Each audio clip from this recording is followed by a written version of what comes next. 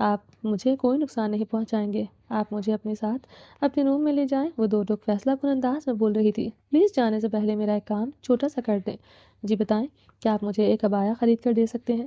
کیونکہ وہ جو لوگ میرے پیچھے لگے ہیں وہ اتنی آسانی سے میرا پیچھا نہیں چھوڑیں گے۔ اگر انہوں نے مجھے پہچان لیا تو میرے ساتھ آپ کی جان کو بھی خطرہ ہو سکتا ہے۔ جی آپ ویٹ کیجیے، میں ابھی لے آتا ہوں، پلیز کہیں جائیے گا مت۔ وہ جاتے ہوئے پلٹ کر بولا تھا۔ اسے ہر حال میں اپنے بارے میں جاننا تھا۔ یہ لڑکی اس کے لیے امید کی کرن تھی۔ اسے ڈر تھا کہ کہیں یہ لڑکی چلی نہ جائے۔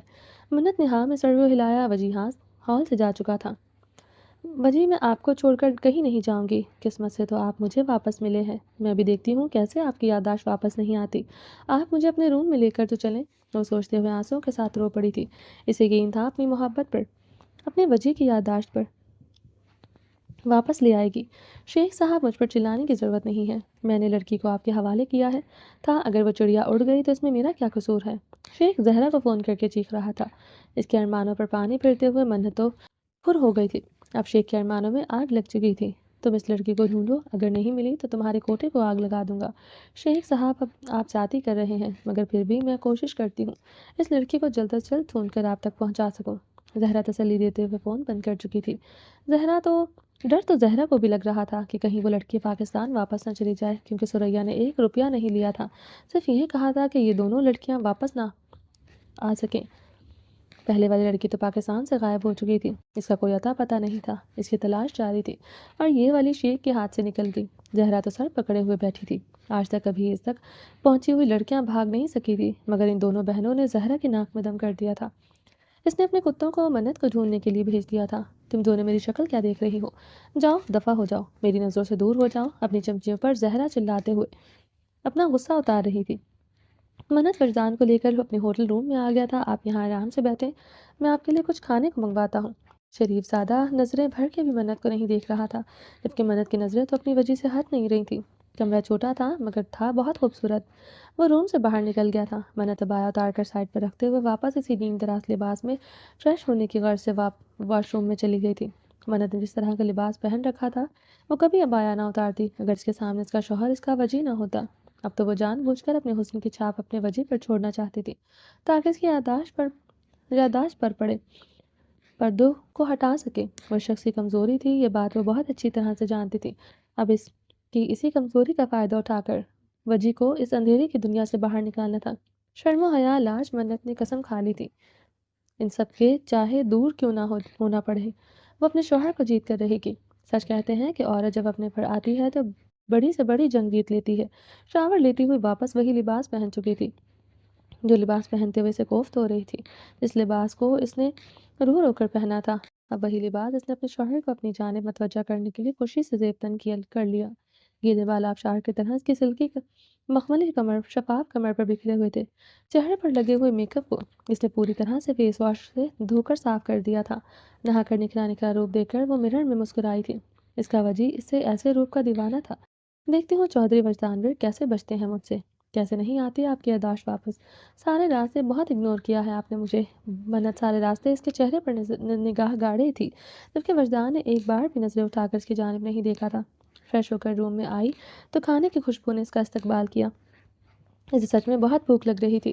پتہ نہیں کتنے دنوں بعد آج اسے بھوک کا احساس ہوا تھا۔ کھانے کی ٹرالی کے اوپر رکھے ہوئے گرم گرم کھانے کی خوشبوئیں منت کو اپنی جانب کھینچ رہی تھیں۔ وہ سامنے ہی جیکٹ اتارے ہوئے بیڈ کے کنارے پر بیٹھا فون میں مصروف تھا، شاید میسج ٹائپ کر رہا تھا۔ منت جیسے ہی روم میں داخل ہوئی اس نے منت کی موجودگی کو محسوس کر لیا، مگر نظریں اٹھا کر نہیں دیکھا۔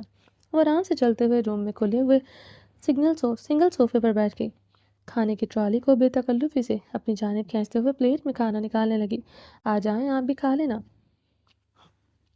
منت نے پلیٹ میں کھانا نکالتے ہوئے فرزان کو کھانے کے لیے کہا تھا۔ آپ کھا لیں، میں بعد میں کھا لوں گا۔ اسے شاید منت کے حلیے سے کوفت ہو رہی تھی یا اس کی رعنائیوں کی جھلک دے کر احد کے اندر چھپے چودھری وجدانویر کی دھڑکنیں بے ترتیب ہو رہی تھیں۔ بعد میں کیوں، ابھی کھا لیں، کھانا ٹھنڈا ہو جائے گا۔ احد حیران نظروں سے اسے دیکھ رہا تھا جیسے بے تکلفی سے بات کر رہی تھی، اسے جیسے وہ اسے سالوں سے جانتی ہو، مگر پھر اس کے ڈیپ گلے پر نظر پڑتے ہی وہ نظریں چرا گیا تھا۔ منت پہلا نوالا لیتے ہوئے دیکھ چکی تھی کہ اس نے وجی کی نظریں کہاں ہیں، اور وہ خوش تھی کہ اس کا وجی بہک رہا ہے۔